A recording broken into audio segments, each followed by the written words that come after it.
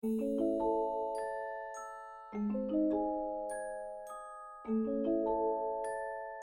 of the most amazing things about visiting the Ginny Williams collection is when you drive up to the house, which is this big glass box across from a park in Denver, the first thing you see is this incredible wall with 3 almost monumentally scaled Joan Mitchell paintings and incredible Ellsworth Kelly salon hung.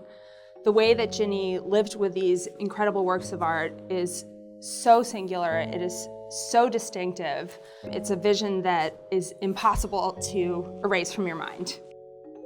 You have a collection that is not simply amassing the best of the best post-minimalism or minimalism or female artists or classical photography, but was in fact about building relationships with these artists and letting the thread weave through into different directions.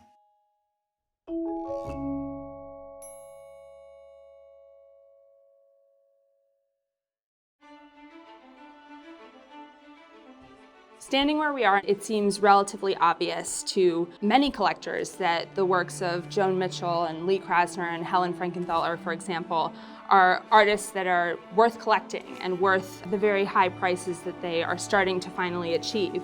But what's so impressive about the Ginny Williams collection is that Ginny collected these artists in a time when no one else cared, and much of the market completely overlooked female artists, and especially female abstract painters of the 1950s and 60s.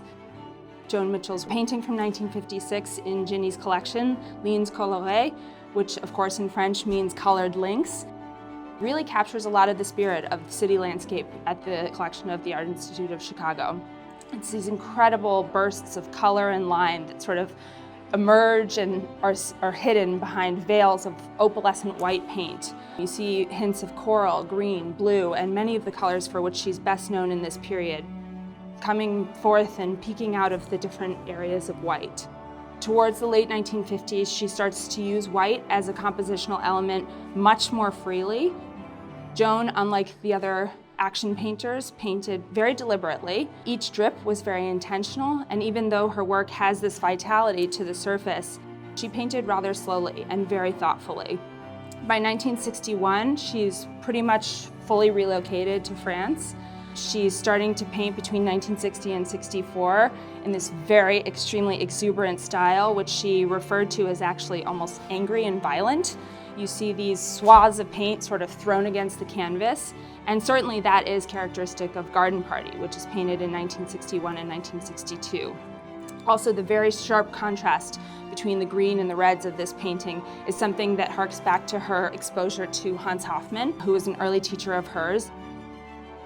Straw, a significant painting by Joan Mitchell. It's also in the Ginny Williams collection, a monumentally scaled all-over plane of color painting, which evokes, of course, her time spent in Vauteuil and, about 40 minutes outside of Paris, and her influence of the French countryside.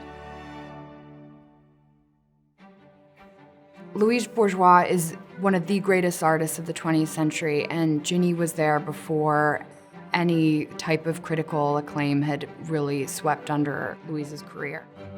Ginny put together a very thoughtful, considered group of drawings by Louise Bourgeois that spanned from the 40s towards the end of her life in the 2000s. One in particular is from 1947, and it's a drawing that looks much like a spider.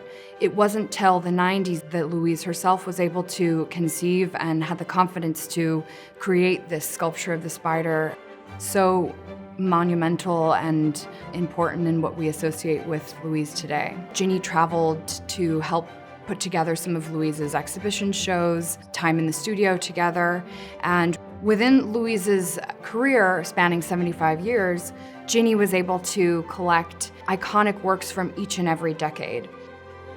She was obviously a very passionate woman, a woman who collected from her gut instinct, from her dedication not only to the artists that she was interested in and attracted to, but certain movements which certainly made her feel a deep connection to the artworks that she became interested in.